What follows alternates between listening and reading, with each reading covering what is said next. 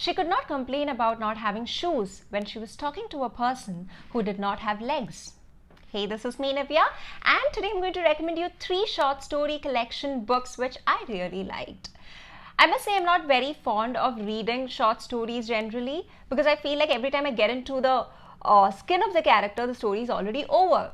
But still there are certain short story collections, like for example Chicken Soup. The entire series is something that I really like. I prefer reading short stories while I do not have time to complete reading the book. Like for example, if I want to finish off reading a book in 10 minutes, I just randomly pick one of the stories in the short story collection and then finish reading it then, like probably in a short trip or so.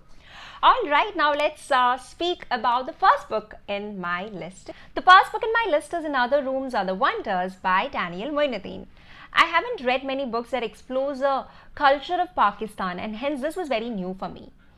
The author is a Pakistani American, and this book has 8 short stories from feudal landlords to servant girls, from mega cities to very isolated villages in Pakistan or Punjab, and from rich to poor, the vast difference between economic difference between classes in Pakistan.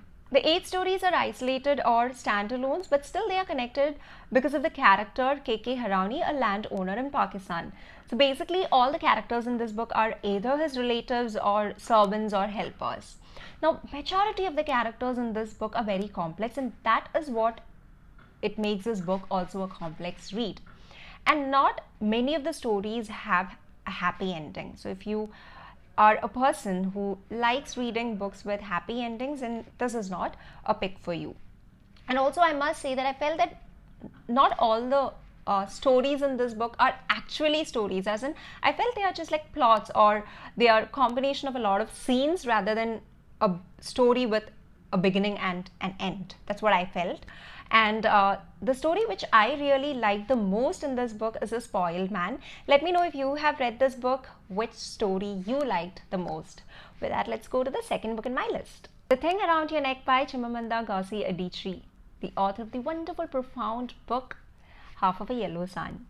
The author is a Nigerian, and the protagonists in this book are all Nigerians or Nigerians abroad, and explores a lot about the Nigerian culture.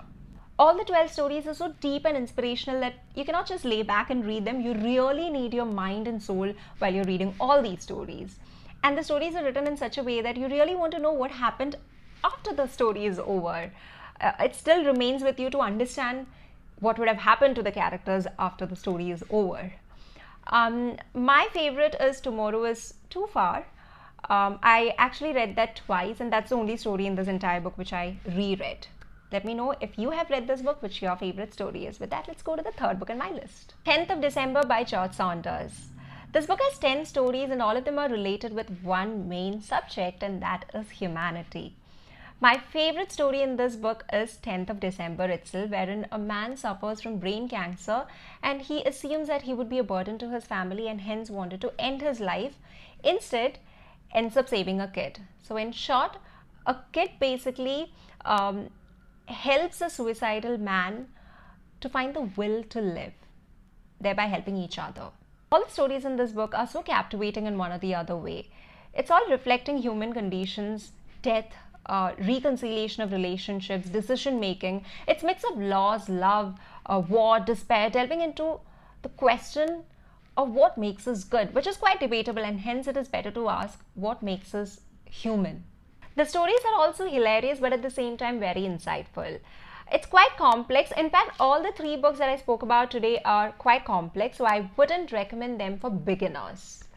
But yes, they are all amazing, great short story collections. With that, this is me, Nivya, signing off.